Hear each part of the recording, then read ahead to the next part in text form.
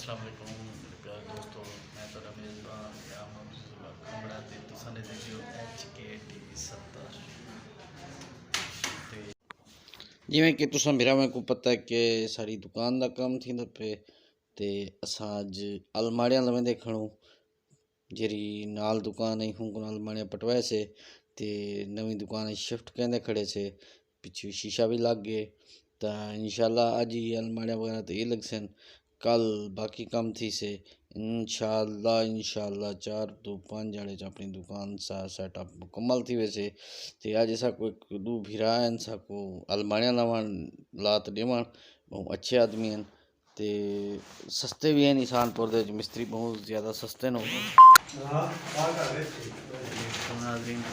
लग गए कुछ लग जा पैन शीशा भी ला दी से इंशाल्लाह कोई सेटिंग आज थी से कुछ कल थी सी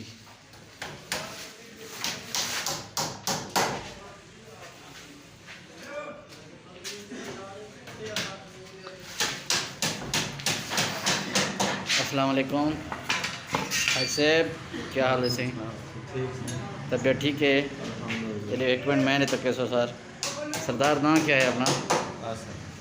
कितने अर्से से काम करने पे हो?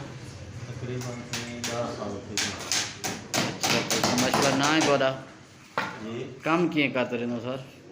बस जो है मालिक का खनमत थी मैंने। अच्छा काम गारंटी वाला मजदूरी माकूल ठीक है सही। अस्सलाम वालेकुम जी उस्ताद साहब, सर क्या हाल है? दुआ करिए। सुना उसका ना क्या है सुना? कलीम हुसैन कलीम हुसैन साहब तो कदे अर्से पे काम करने पे हो? 15 साल की। अच्छा किसी ईसानपुरी दुकान है माशाल्लाह से करो जैसा पर वीडियो बने